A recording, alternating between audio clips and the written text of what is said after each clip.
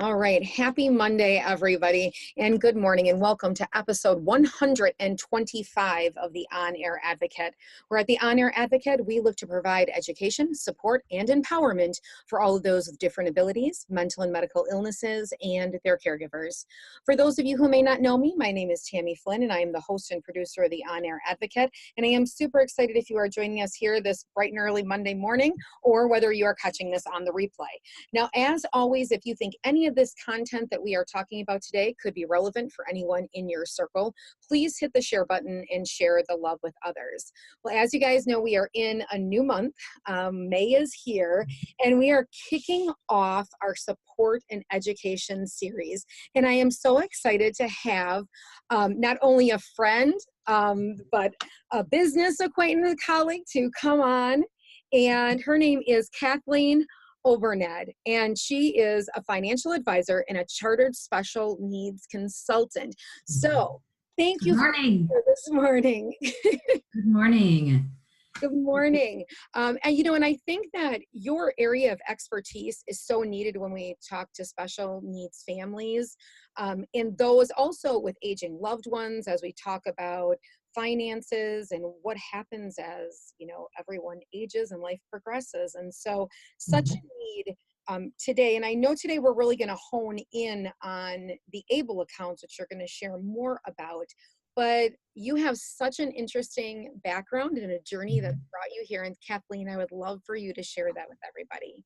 Yes, good morning, Tammy, and good morning, everybody who's taking the time to attend. I really appreciate taking time out of your busy schedules to learn about special needs financial planning, and really more specifically, why I'm here today to talk about the ABLE accounts, the 529 ABLE savings accounts. So I'm trying to make sure that I can see my screen. Tammy, can you see my screen now? It's beautiful. Perfect. Okay. I wanted to just talk a few minutes. Thank you so much, Tammy, for the wonderful introduction. I'm so honored to be here today. I do have somewhat of a unique background in that, well, first and foremost, I'm a mom. I'm a mom to 3 children, not just I'm a special needs mom, right? I have 3 daughters, and as you can see in the photo, one of those daughters is special. My youngest daughter, Emily, was born with Down syndrome now 8 years ago. She just celebrated her 8th birthday. Prior to Emily coming into our family's life, though, I had been in the financial services industry for about 10 or 11 years. And so I'd always loved educating folks about understanding their money. I worked for a company called Crescendo Financial Group. We did education meetings for retirement plans. And my job was to come to your employer and help you understand how to save and invest for retirement. The markets, it's just always been something interesting to me. Believe it or not, I call this actually my 3rd career. I have my undergrad and master's in speech language pathology. I'm married to a physical therapist, which was wonderful when Emily was born. Well, a lot of folks thought it was wonderful. It took me and my husband a little bit longer to realize the value of our professional backgrounds and how that would help our family. But I come to the financial services industry with a personal focus. But I want to highlight, I do have a chartered special needs consultant designation, and I've done the work to really understand how planning for a child with special needs is different within our business. And so it's not just, oh, I'm a mom, I can do this. I have clients who are divorced, who are widowed, who have different challenges that I haven't personally gone through. I just think it's unique. And frankly, I chose to become a financial advisor quicker than I thought I would, because I was looking within the marketplace at other professionals who provided services for families like mine and didn't believe they were doing it the right way. So I've built my practice to service clients the way I think they need to be serviced because of the unique challenges of planning with an individual with special needs. So today we've got a lot of information to cover, and the focus is going to be the 529 ABLE savings accounts. I've been speaking on ABLE accounts actually since 2015, doing presentations locally and regionally. I'm in Wisconsin. And when they were signed into law, I really took it upon myself to find how can I get this information out to the general public, especially families like mine, so they understand what these accounts are. So we'll really dig into what's a 529 ABLE savings account, all of the nuances for eligibility. In the state of Wisconsin, I talk more because I'm local, but this is a federal program and each state has to adopt it. I'm involved at the state level here in Wisconsin to figure out how do we get a state program, because we don't have a state program. And then you'll be able to learn, how do you use these ABLE accounts, and really what you want to know, like, are they worth it? Is the hype worth it? So ABLE Act is law. A lot of parents like myself who have a child with special needs learn over time that you've got to be your own advocate for your child. And Tammy, right? The on-air advocate. So the ABLE accounts started with somebody like a Tammy, and that individual was Stephen Beck. He was a parent of a daughter with Down syndrome probably 15 years ago now. It was a kitchen table conversation. He had 2 children, one typical, neurotypical, and one not typical, daughter with special needs. And he said, well, why can I save for my daughter who doesn't have special needs and get tax benefits to save for her future, but I can't do that for my child with special needs? Right. So that's really where it all came together. He connected with several other parents and said, this shouldn't be that way. And that led to the ABLE savings accounts coming into federal law. President Obama signed them in 2014. Then each state, if you're familiar with laws, and if I look a little sleepy today, Tammy, I just got back from a 7th grade chaperone trip to Washington, D.C. late last night. So I just came from Capitol Hill, and I know all about bills turning into law, which was an amazing trip. Anybody who ever has that opportunity, it was unbelievable. And the ABLE Act is one of those things. It's like that had bipartisan support where it was put into federal law. And it's just amazing. So then each state has to adopt it and put it into their own law. The state of Wisconsin chose not to do their own state program because there was something at the federal level where they said, you do not have to choose the state program in the state that you live, right? You can live in Wisconsin, you can choose Michigan's state program, you can choose Florida's state program. And therefore the state of Wisconsin said, well, from a fiscal decision, let's save the money and not set up our own state program because you don't have to choose it. Okay, so that happened in the state. Therefore, we still sit today here in May of 2019, yet with a state program. I'll talk a little bit more about that later. 2016 was when the first state programs were put into effect. It was the summer of 2016. I feel like that was just yesterday because that was a really exciting time. I can't believe we're 3 years later. And I didn't have the statistic on here, but where we're at today, there's about 35,000 529 ABLE savings accounts opened. Okay, to this point. I think my numbers are probably dated from first quarter, but that's about the number of ABLE savings account. Why is a 529 important? Why does this even matter? Because this truly was a significant piece of legislation, one of the largest for the disability community since the Americans with Disabilities Act, which was signed in 1990. It's important because when you have a child with a disability, when they reach the age of majority, so I always use the example of my little Emily, you saw a picture of her, she will be, when she's 18, she'll start getting money from the government. Right. And because she's not going to be able to financially support herself. Love the kid to death, but she just won't. There will need to be financial supports for Emily, both privately and publicly. And the public funding is from the government. If you're on today and you have an adult, you know all about the alphabet soup of supplemental security income, or maybe they're on Social Security disability income, you're understanding Medicaid. Okay, so when that time comes, the government says you can only have about $2,000 of assets in your name, right? You have to live meagerly if you need these benefits. Well, that's just, I don't want my child to live at the poverty level.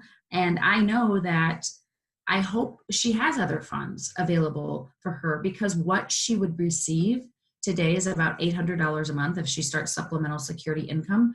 And if you have any supported living environments that you're aware of, you can't get a place to live for $800 a month, let alone all of the other things that are involved with your monthly needs.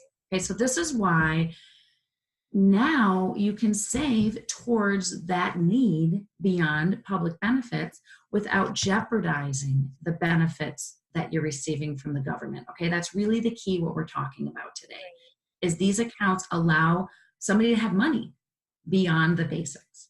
Right. Now, who is eligible, right? So all of the criteria, I'm moving through things kind of quickly, just thinking back to the Stephen Beck and his role on things. Originally, anybody would be eligible for a 529 ABLE account as long as they had a diagnosed disability. But now not now, but in order for it to really pass and for the government to be able to swallow the financial impact of it, there were age criteria, right? So the disability has to be diagnosed prior to the age of 26. So it's either a disability diagnosis set by the Social Security Administration, or a physician would have to submit a disability certification. Okay, so who's eligible, criteria based on age and disability.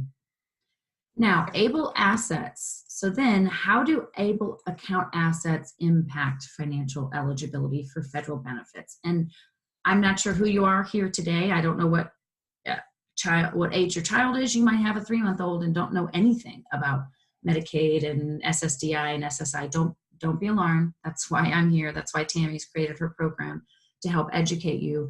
But there's federal benefits in that SSI I mentioned. Okay, so we're going to be talking about, you're setting aside money to save for your child's future in an account. When the balances in those accounts can still impact federal benefits, but they don't until that SSI account reaches $100,000. So for example, the whole purpose of these accounts is to be able to over time accumulate money that when Emily's 18 and she can only have $2,000 in her bank account and her SSI is only giving her $800 a month and she ultimately needs $1,500 to live, that extra $700 can come from this ABLE account to pay for qualified disability expenses. And I'll keep kind of going through things. So first we talked about supplemental security income. That's one federal benefit that an individual with a disability could be receiving from the government. But then there's also Medicaid. And Medicaid is different. Medicaid is health insurance. It's not that income source on a monthly basis. It's either the basics of health insurance or the waiver program, right? There's lots of different resources individuals receive that come from Medicaid. If you have money in an ABLE account, how is Medicaid impacted? Medicaid benefits are not suspended based on the balance of an ABLE account. However, any money in a 529 ABLE account is first subject to a state recovery. So what does that mean? I have an ABLE account for my daughter, Emily. If by chance in 3 years she happens to pass away and she has $40,000 in her ABLE account, well, first, any money that she received from Medicaid, any resources, would be due back to the state upon the clock starts ticking when her ABLE account was established. Okay, so let's go back here. When Emily was born, she started getting services in our home within 2 days, right? So lots of resources over time. But I didn't set her ABLE account up until 2016. So 2016 is when the debtor balance begins. So that Medicaid can't go back to say, well, we want all of that money she accumulated or used from a resource perspective for her whole lifetime. It's really starting at the age of the ABLE account being established. Okay, so people will say, oh, that's why ABLE accounts are bad. They're Medicaid payback. Why would I ever put money in an ABLE account? Well, I will tell you very strongly that you need to, because even though there are state recovery paybacks, the features and the benefits outweigh the thought that, oh my gosh, the state's going to get their money back. Okay, so keep that in mind. And there are states out there, the state of Pennsylvania, and I think the state of Kansas, don't quote me, you want to go to resources on that, but some states have gotten rid of a state recovery, meaning they're not going after their Medicaid payments not going after the Medicaid payments. Where would someone access that to find out if their state does that, if they go back for that money? So I'm going to show you some resources within about ABLE accounts in general. And then at my level, I drill it down to the state. So yeah, there's information that I'll definitely get there. Okay, I think people learn better in pictures than words. So I created this visual, which I know I need to update, not update in terms of dollar amounts. I might want to enhance it, but here's what we're talking about. The ABLE account eligibility, why they're so important. Now it's dollar amounts. So you can set it like I keep going back to myself. I think it's just easy to learn. I contribute money, my family does, to Emily's 529 savings account. Okay. The most we can put in there in the year of 2019 is $15,000. Okay. So if you remember, if you save in a 401k, if you save in an IRA account, they all have limits to what you can put away. And the reason for that is frankly because the government, there's a tax benefit that the government provides to you for allowing you to take advantage of these tax savings. And so that's not unlimited, right? Like I can't save an unlimited amount towards my retirement plan because they've set those limitations. It's very similar into an ABLE account. Right. So annually, every year, the most is 15, and the most anybody contributes. So if I put money in and Emily's aunt or my sister wants to contribute. Right. Total combined of 15,000. Yep, total. The dollar amount we talked about that impacts SSI is 100 when the balance of the ABLE account gets to be $100,000. Okay, so these didn't start until 2016. We're still a few years away where anybody has reached that maximum. Okay, and I'll get there too. Now, each state, if your child is not receiving supplemental security income or Social Security disability income, and I have clients who don't have public benefits, if that's the case, you don't need to worry about the $100,000 limit. It's more of the state 529 aggregate contribution limit. Each state sets their own. Okay, these are huge numbers. Don't worry, we're not even going to get there. So don't get too confused. Most important is how much you can contribute annually, and then what's the balance, the dollar amount that then SSI becomes suspended. Not canceled, don't panic, because I haven't applied for SSI yet because Emily's not old enough, but I've had enough clients who've shared with me, and I know folks within the Aging and Disability Resource Centers, to completely start over for an application. That's a tremendous amount of work, okay? It's not that it shuts down, you're canceled, terminated, have to reapply. It's just, it's suspended for that month, okay? I keep talking about there's tax benefits to saving in a 529 ABLE savings account. Those of you who are familiar, and 529 is just a tax code. I have three kids. I came back safely with my 13-year-old from DC, which, I chaperoned 6 13-year-old girls, people. The phone, the tweeting, the Snapchatting. Oh my, I can't even. Okay, focus. My other 2 children, I save in a 529 college savings account for them, for their, specifically called a college savings account. Okay. And what you're able to do is you save dollars, you make the contribution with after-tax dollars. The money gets invested, and then the balances will grow. Okay, so when I started, I had 0. Now my daughter's balances each year based on what I can contribute increase. They increase based on what I contribute, and they increase based on the investments that I have them invested in. So their balances grow. Each year when I file my taxes, I don't have to pay the tax man on that. So that's called tax deferred growth. When my traditional or my neurotypical kids go to college and I start pulling from their college savings accounts to pay for room and board, to pay for tuition, and the balance is hopefully, $100,000, because Lord knows how expensive college is, that distribution, the money I take out, is tax-free. You paid the taxes in the beginning, grows tax deferred, comes out tax-free. Very similar to a Roth IRA, if those of you are familiar with a Roth IRA. Okay, so the same thing with an ABLE account. After tax, tax deferred, qualified distributions are tax-free. Now, in the state of Wisconsin and other states, there is a tax benefit to the amount you put in. So there's a reduction in your taxable income based on your contribution.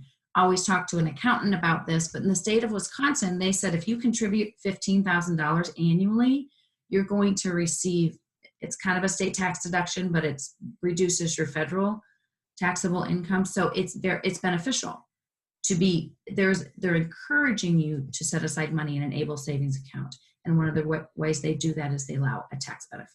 Okay, so now if you live in Ohio and if you choose to use, in the state of Wisconsin, we do not have a state program, okay?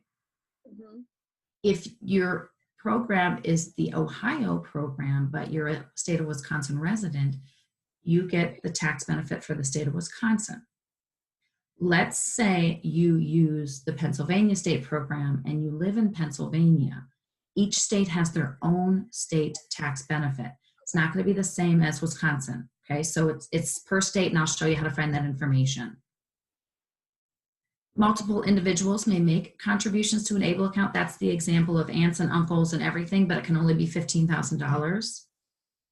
Emily, like each individual, can only have one ABLE account.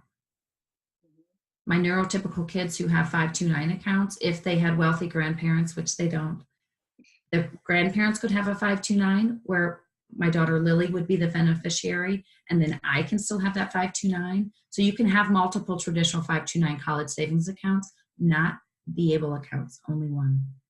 Okay. Emily is not of legal age. I'm her parent, so that's fine. If you have an adult who's 25 and you're their legal guardian, then you can set up the ABLE account, manage the ABLE account, make distributions, but you need to be an authorized legal representative to do it, right? Because this is the fears. Oh my goodness, my child is 27 years old and they've never had access to a bank account. Now you're going to give them a debit card to their bank account. How do we control that? You can have control as long as you're the authorized legal representative. Not the same as a representative payee. Just because you're the rep payee doesn't mean you can have control over that adult with disability, their ABLE account. Right. Okay, here's the big thing. What may ABLE funds be used for? What's a QDE? Distributions from an ABLE account may be made for qualified disability expenses. When these were set up, there were some really amazing organizations in Washington who helped to say, we need to make the definition of qualified disability expenses as broad as possible. Because we have the history of knowing when you're dealing with Medicaid, you've got to always make sure that expense has a medical necessity. I mean, how much are parents fighting to get resources and trying to justify? So the goal with the ABLE accounts is let's make that definition as broad as possible. So a qualified disability expense may include all of the different visuals I have on this page. Supported apartments for housing.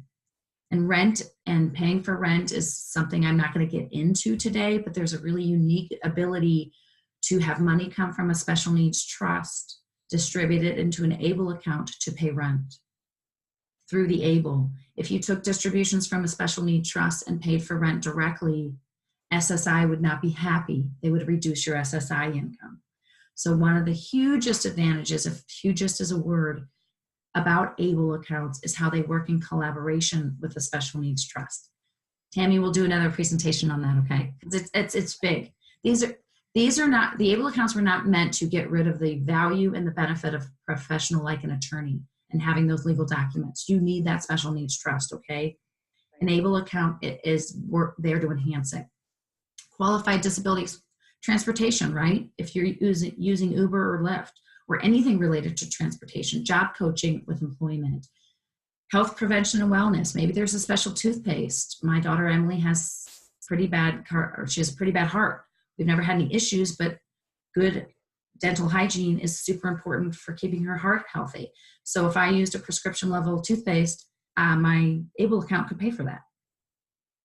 Financial advisors, I get paid for my advice.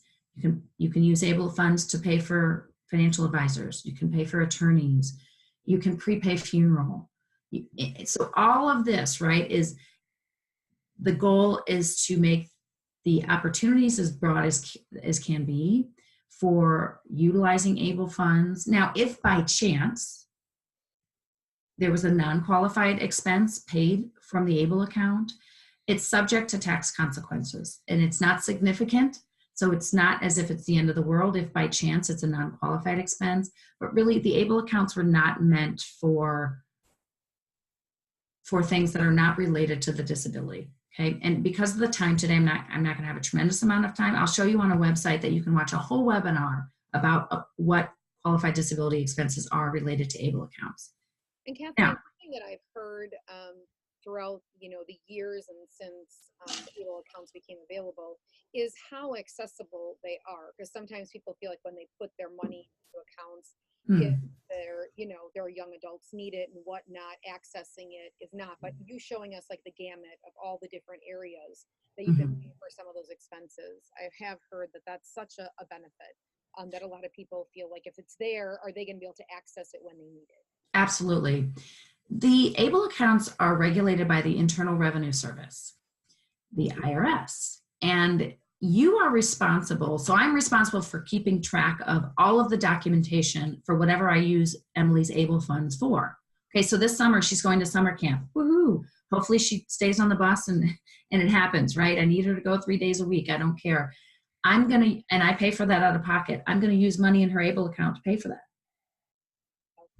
Not all of it, because my ABLE account for Emily is really an accumulation account. I want it to use it to grow. It's not for short-term needs, but I can do that. I can take money out of the ABLE account. And then we'll get into like how there's debit cards attached to it. Like there's great features, which freaks people out. Oh my God, now my child has a debit card. But going back here, so ABLE accounts 2014, but in 2017, there's so many great folks in DC. We've got a wonderful woman here locally who's a huge advocate, Robin Lyons, Wisconsin Upside Down. She spends a lot of time in DC. But enhancements were made, right? The increase of the limit happened. It used to be $14,000. The ability to roll over funds from a traditional 529 plan into an ABLE account is now there. Okay, so unlike Down syndrome, the diagnosis was right at birth, right? Boom, she's got Down syndrome. No question, no waiting. Not every diagnosis is right postnatal. So maybe autism. I've got clients who have individuals or sons or daughters whose diagnosis didn't happen until 4 or 5 years old, and either they or grandparents were right Johnny on the spot and they got those 529 set up so quickly. But a traditional 529 is not the same as an ABLE account. Okay, so we rolled over the funds into an ABLE account from the traditional. We couldn't do all of it, so some people have balances up to $80,000. You can only do up to the maximum per year. Okay, able to work. This is huge. What ABLE accounts did not do is allow people who are disabled to earn more money. There are income limits. It's unfortunate, and being in DC, I hope to get back there a lot because those are things that haven't changed in many, many years, how much people can earn. So we've got folks who want to work more, but they can't because they can't make too much money. So ABLE accounts did not increase income limits. It's all about making sure that you can have more assets. Okay, that's an important differentiator. However, the able to work legislation that passed, if you have a 25-year-old and they are receiving earned income, their ABLE account can hold more money, okay? So they can have the $15,000 contribution, but they can contribute an additional approximately $12,000 per year into an ABLE account because they work, because they have earned income. Okay, so their balance or their contribution amount can be bigger. It doesn't mean their earned income can be higher and their other benefits won't be impacted. This can be a little confusing, but maybe watch the recording and just kind of Google that. That's the big challenge that we face when you have an adult with a disability is there's only so much money they can make. Right. And that, again, lots happened in Washington over the years, but those are some pretty antiquated things that haven't really kept up with the capabilities of people with a disability. This slide is a nice map. It's a little dated because I just haven't copy and pasted the new map. I'm going to show you how to get to a website that has this, but right now in the state of Wisconsin, an ABLE account is not offered. The states which have ABLE accounts are in blue, so that's what the color differential, the blue states. Ohio was the first state program to launch. Nebraska quickly followed. There's a few states that you have to be a resident. Okay, so state of Florida had a residency requirement. I can't have Emily's ABLE account in Florida because I'm not a resident. I'm going to see if I can share well, I'll come back to that. So never mind. Okay, I'll come back to the website. Okay. You're still on my PowerPoint, Tammy? I didn't change anything? No, it's great. Okay. because there are so many state programs available, I always use the analogy, and you're in the cereal aisle, and how long is that cereal aisle? There's so many choices. I don't necessarily think choice is better, because I think what I find why folks end up hiring me is because they just don't know what is the right ABLE account for my child and for my situation. And I just don't know, Kathleen, and I don't know how to choose that. Well, here's some high level things to look at when you're comparing state ABLE programs. What's the ability how do you get to enroll? Most of them are set up where it's very much a self-enrollment. You go on the website, you complete the enrollment. And if it's an individual with a cognitive disability and you're the authorized legal representative, you can do that enrollment for that individual, but they could be a part of it. But really, the ABLE account is owned by the individual with a disability. So for example, my 529 accounts for my older daughters, I own those. And my children are the beneficiaries. So my Lily and Caroline are the beneficiaries. But Emily's ABLE account, she owns it. Emily Oberneder is the owner. Okay. But I'm her parent. So I own it too. But once she reaches the age of majority, if I'm not her legal guardian, then I can't go on the website. I probably can't call the 1-800 number. She's the one who's going to have to do those things. Right.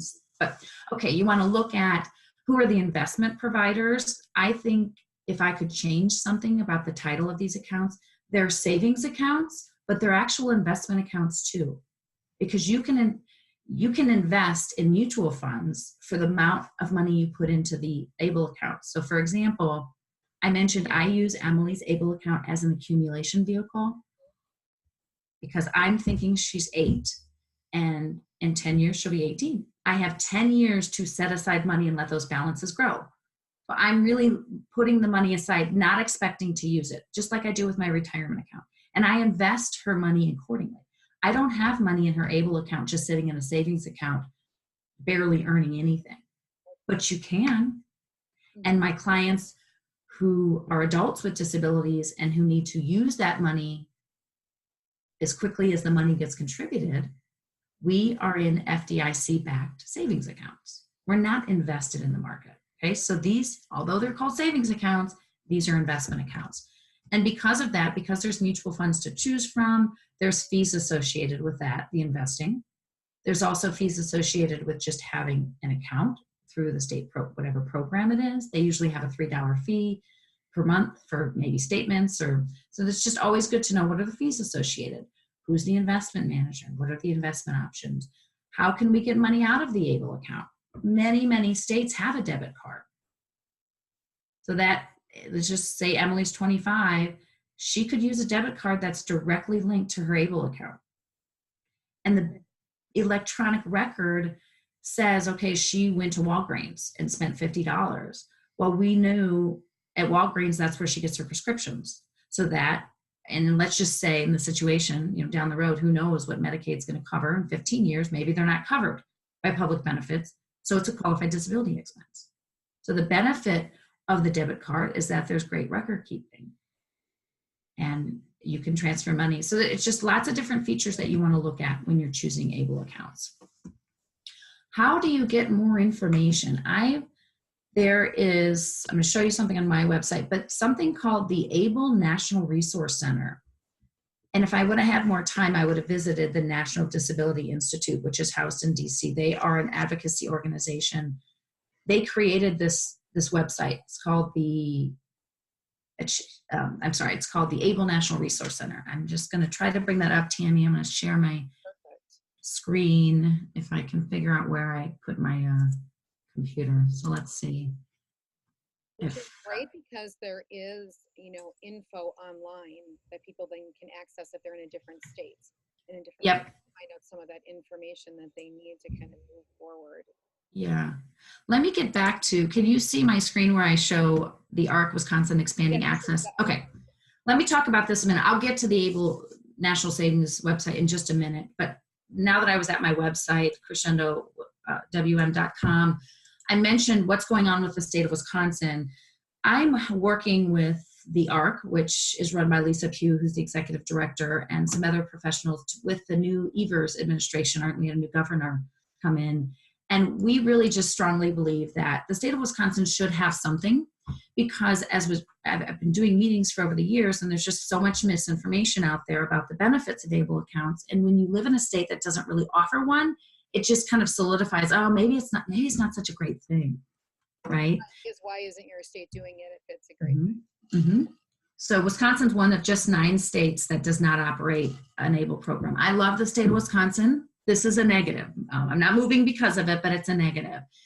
And so here's some stats. I mentioned that nationally there's 33,000 ABLE accounts totaling about $150 million in assets. That's exciting. Folks are using these ABLE accounts.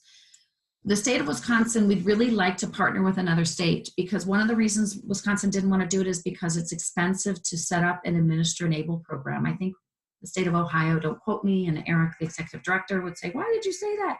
I want to say it's between $4 to $5 million that the state has to put out to make these ABLE accounts happen. Well, if you can choose 35 other programs, I mean, fiscally, that kind of makes sense. But what we're saying in Wisconsin, we don't have to have our own. We just would love to enter into partnership with another program. For example, there are multiple states, 11 states participate in the Ohio stable program, okay? Okay. It's kind of plug and play, right? Well, we would just take that state program, their website, their marketing, their videos, and brand it to be Wisconsin. That's kind of an example of what that means.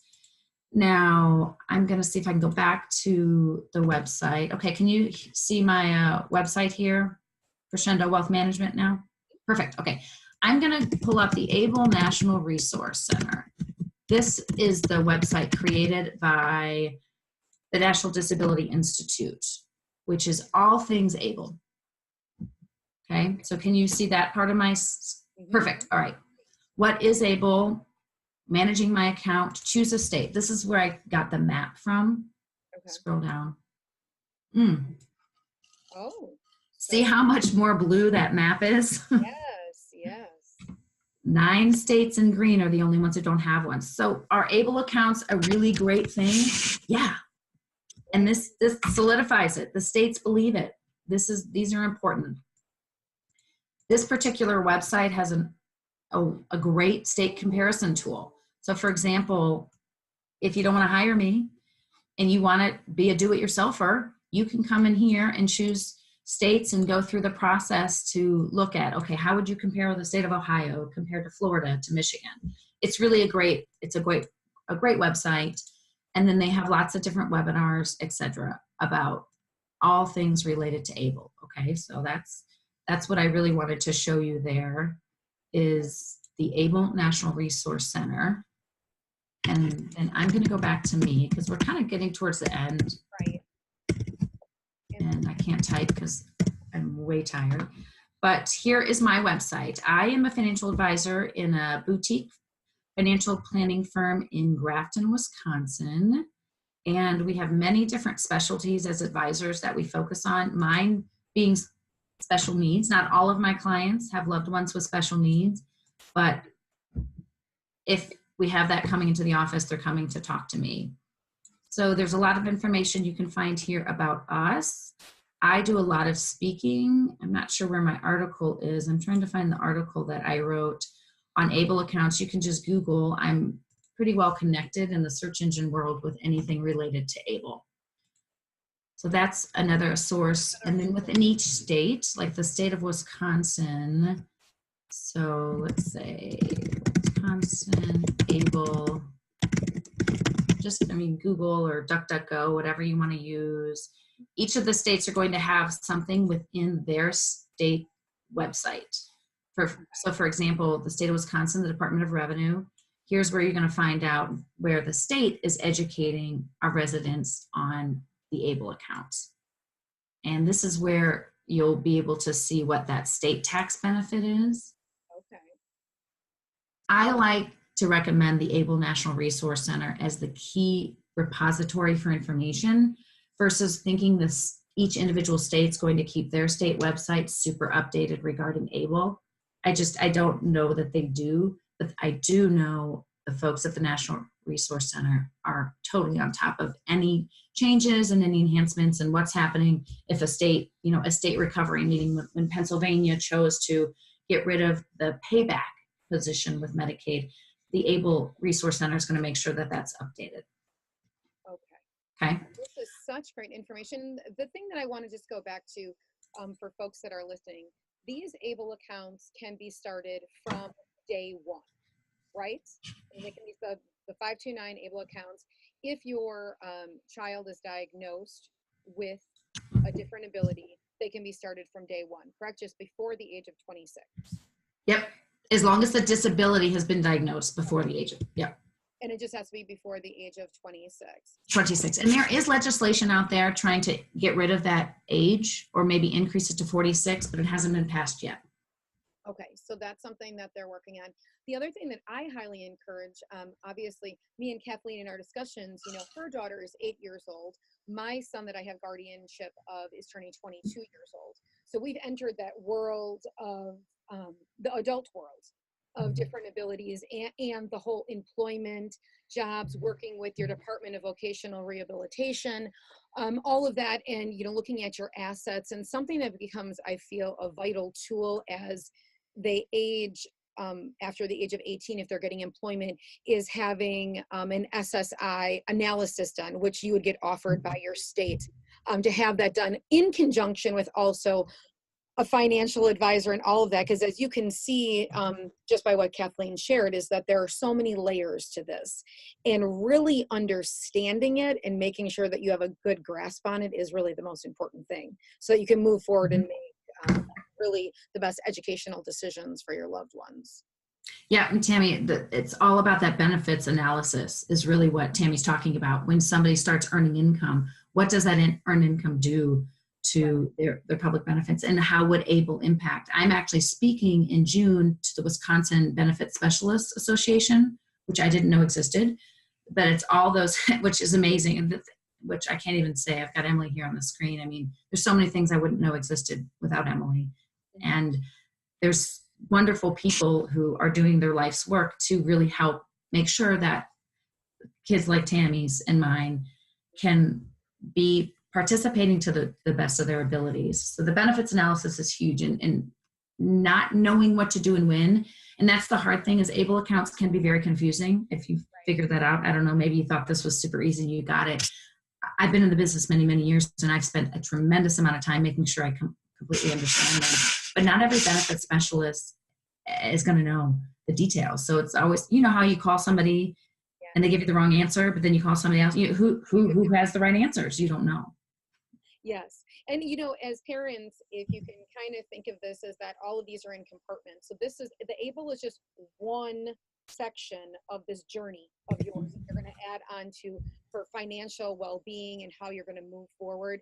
I know that as I chat with a lot of parents and kiddos age over 18, they're looking at SSI, and like we have our supplemental like IRIS program here and community care, and they're thinking they're all the same thing, like the same people. And I'm like, oh no, those are all separate compartments that you have to learn, make sure you're knowledgeable on, and then move forward, as to whether you will bring them on. But I think the ABLE accounts, especially as people age, is so beneficial, because as we know, our kiddos may be here a long time after us. And that's really the big thing of this. Yeah. I mean, yes, you can access and use it all the time, but having savings there, because you're, as the parent, may not always be the one there to care for them and making sure that they have the funds to do so. Yeah, and not to fully promote my services, but here's why, one of the reasons why I built this model is, as a financial advisor, to be able to work with a professional who can help, is I know that I'm not going to be here forever, but also I don't want to always have to manage everything about Emily's life when she's 30 years old and 35 years old. I've got a new client coming on board, and the adult son is, I think, 33 now. And mom has, her spreadsheets and her documentation of how she's managed his life financially, it's really, really good, but she's exhausted and she's done, she's spent, and she's still alive and healthy. But if she dies tomorrow, her husband couldn't pick up all the work and all the phone numbers and everything. And the stuff she submits to Social Security Administration and knowing what to do. So just having another team member on that team who understands the alphabet soup and the challenges. Her son is of enough mind, and we're going to start getting him more engaged in it because mom's been doing everything for him, which that's okay. I'm not here to judge, but she needs some help and he needs to be a little bit more involved in that. But moving from, it's one thing when I've got this cute little 8-year-old, but yeah, Tammy, you're down that road, and we've talked a lot about how much you want for your son, but how much it still involves you. Right.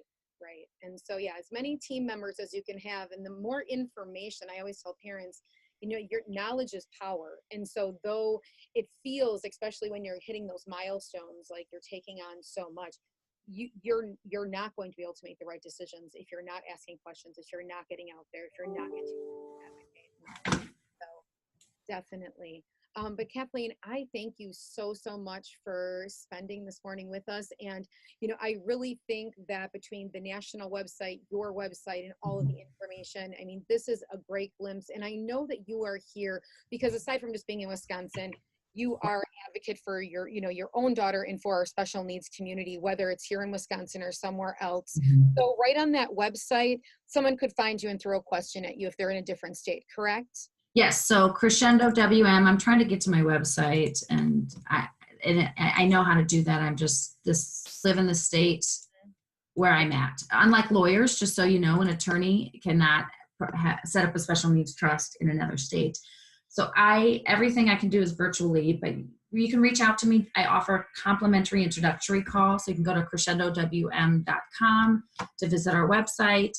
Or you can get information through Tammy, complimentary introductory call to help you just kind of understand my services and what it means. And if you hired me to do what, how would I even help you? So please do reach out, but definitely use all the other resources I shared with you today.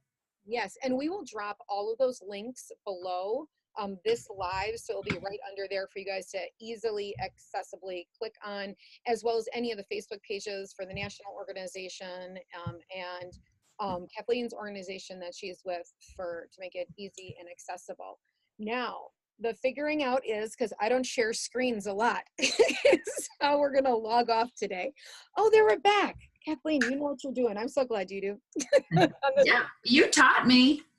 This is so good.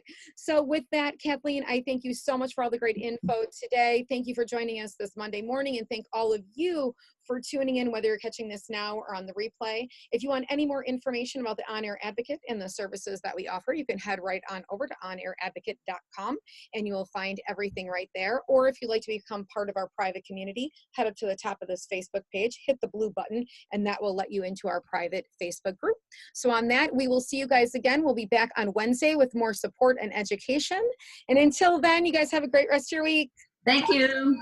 Thanks, Kathleen. Bye. Bye.